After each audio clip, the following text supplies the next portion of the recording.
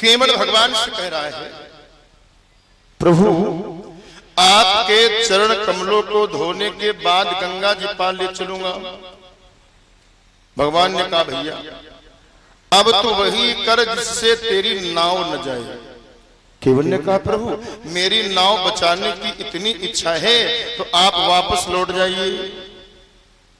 आपको स्पष्ट कहना होगा कि केवट जल लेकर के आओ, मेरे चरणों को धो, तो मैं आपके चरणों को धोऊंगा। और अगर आप दार्शनिक की भांति कहेंगे तो हम आने वाले नहीं। स्पष्ट कहिए। भगवान को बड़ी जोर से हंसी आ गई। सुन केवट के बैनो प्रेम लपेटे अटोपटे, बिहसे करुणाएं चितई जान की लखन तट। अच्छा एक बात बताओ, आज का व्यक्ति होता तो उसको कितना क्रोध आता जब केवट ने कहा, क्या मुहि राम रावुरियान दशरथ, शपथ सब साची कहो। आपकी सौगंध है, और अगर आपको विश्वास नहीं है तो आपके पूज्य दशरथ जी की सौगंध, जब तक चरणों को नहीं भुलवाओगे उस पार लेकर के नहीं चलूंगा। आज का सामान्य व्यक्ति होता तो लाठी लेकर के निकल जाता, मेरे बाप तक जा रहे हो। और भगवान की कुशलता देखिए, भगवान को क्रोध नहीं आ रहा है। लक्ष्मण जी को थोड़ा सा क्रोध आया। बरु तीर मारो लखन पे, जब लगन पाए पखारी हो। लक्ष्मण जी का हाथ तरकस पे गया। केवट ने देखा तो तुरंत कहा लक्ष्मण जी की ओर देख करके, बरु तीर मारो लखन पे, जब लगन पाए पखारी हो। तब लगन तुलसीदास नाथ, कृपाल पार उतारी हो। सुन केवट के बैनो प्रेम लपेटे अटपटे। केवट बोल तो अटपटा रहा है, लेकिन कैसे बोल रहा है? बोले प्रेम लपेटे अटपटे, प्रेम से भरे शब्द बोल रहा है। तो बिहसे करुणा ऐनु, बिहसे माने हंसे। और कैसे हंसे? खूब ठहाका मार के हंसे। कौन? भगवान राम। बिहसे करुणाएन चितई जान की लखन तट। लक्ष्मण जी सीता जी की ओर देखे, भगवान मुस्कुराए। सीता लक्ष्मण को देख के हंसे। मानो किस लिए हंसे? कि एक चरण लक्ष्मण जी का अधिकार है चरण के ऊपर, और भगवान के दूसरे चरण पर किशोरी जी का अधिकार था। तो आज भगवान कह रहे हैं, आज तुम दोनों के सामने केवट मेरे दोनों चरणों को धोएगा और तुम दोनों देखते रह जाओगे, कुछ कर नहीं पाओगे। इसलिए भगवान दोनों की ओर देख करके हंसे। बेगियानु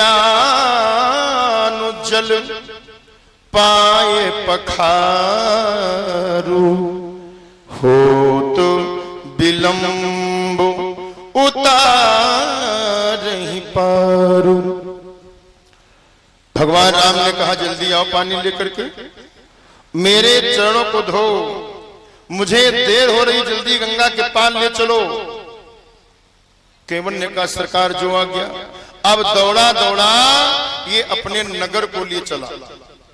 लक्ष्मण जी को क्रोध आया, अरे अभी तक ये भैया से कह रहा था कि चरणों को धुलवा लो तो पार कर दूंगा, अब जब हमारे भैया ने आदेश कर दिया भैया धो लो, तब ये न जाने कहां भागता हुआ जा रहा है।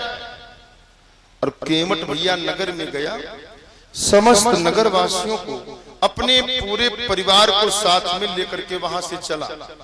तो केवट की पत्नी ने कहा, स्वामी चरणों को तो धोना है, परंतु हमारे घर में कोई सोने चांदी का पात्र नहीं है, अब भगवान के चरण किसमें धोएंगे? केवट ने कहा, अरे बाबरी, यदि हमारे पास में सोने चांदी का पात्र होता भी तो फिर भी मैं उसमें चरणों को नहीं धुलता। बोले क्यों?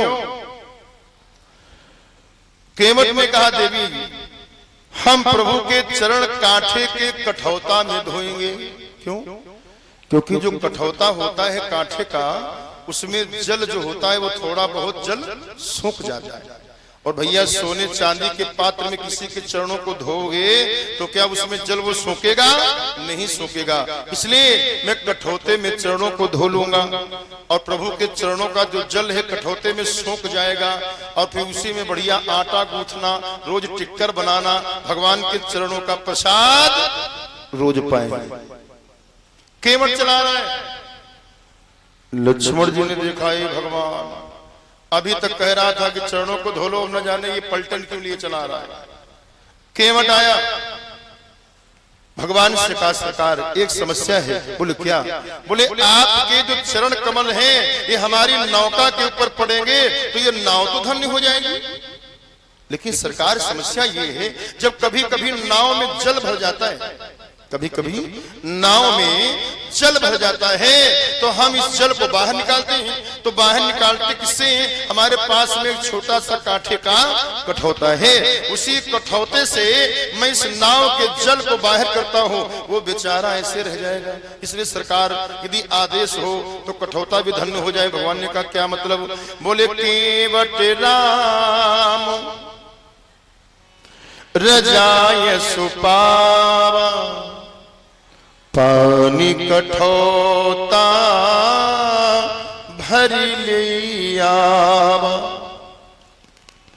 नाव में पानी उलीचने के लिए एक कठौता होता है, उसी में गंगा जल भर करके लेकर के आया। गोस्वामी जी लिखते हैं पानी कठौता, क्या लिखते हैं? पानी कठौता भर ले आवा। किसी ने कहा कि गोस्वामी जी ने गंगा जल को पानी क्यों कहा? भैया ये गोस्वामी जी नहीं, ये केवट की भावना है। केवट को लग रहा है ये पानी है। अगर केवट गंगा जल को गंगा जल मान लेता तो कल्याण ही नहीं उसका हो जाता। कल्याण इसीलिए नहीं हुआ कि गंगा जल में उसकी भावना पानी देखने की है। आप नौका विहार करते हुए देखो, जब नाव में गंगा जल भर जाता है तो केवट क्या कहता है? नाव में पानी भर आया है, इसको उलीचो।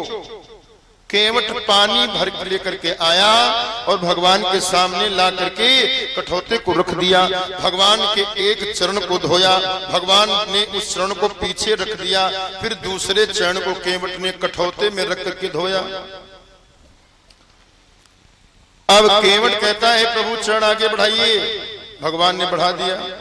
फिर दूसरा चरण, ऐसे कई बार हो गया। तब भगवान ने कहा भैया केवट एक बार में पैर नहीं धो पा रहे हो क्या? केवट कहता है प्रभु हमें आपके चरणों से समस्या नहीं है, फिर हमें तो आपके चरणों में लगी हुई रज से समस्या है। जब तक ये आपके चरणों में धूल लगेगी तब तक मैं धोता रहूंगा। भगवान ने कहा इस प्रकार तो भैया 14 वर्ष लग जाएंगे, 14 वर्ष लग जाएंगे। तो केवट ने कहा आप दोनों पैर इस कठौते में रखिए। राम जी ने कहा जब गिरने लगूंगा तब।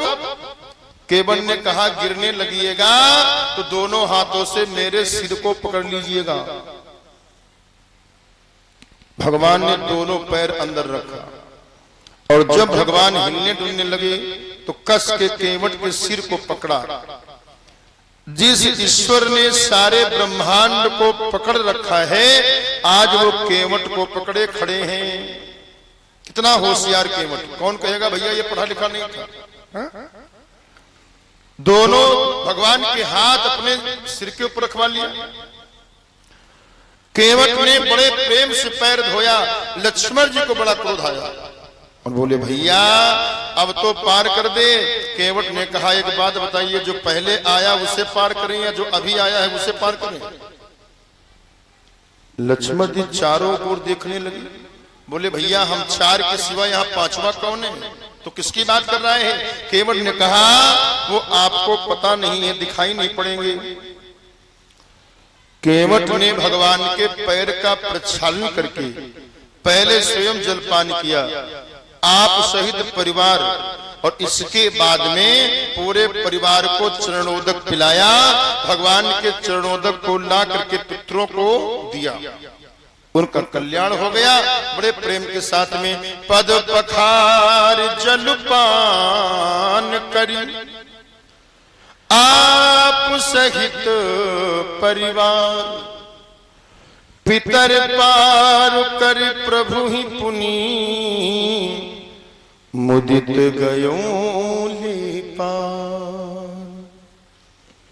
सीता जी को पहले बैठा करके भगवान उस पर आरूढ़ हो गए, केवट नौका को लेकर के चल देता है, और जैसे ही बीच में पहुंचा नाव को गोल गोल घुमाने लगा, 1 चक्कर 2 चक्कर 3 चक्कर लगाया। केवट बोला प्रभु आनंद आ रहा है। राम जी ने कहा आनंद कैसा, आप मुझे गोल गोल घुमा रहे और पूछ रहे हो आनंद आ रहा है, अरे ये कोई आनंद की चीज है। केवट कहने लगा प्रभु हमने 3 चक्कर आपको घुमाया है, जरा विचार करो, यही दशा हम लोगों की होती है जब आप हमें 84 के चक्कर में भेजते हो। जब हमें 84 के चक्कर में आप भेजते हो तो हमारा क्या क्या हाल होगा। भगवान प्रसन्न हो गए, केवट चला।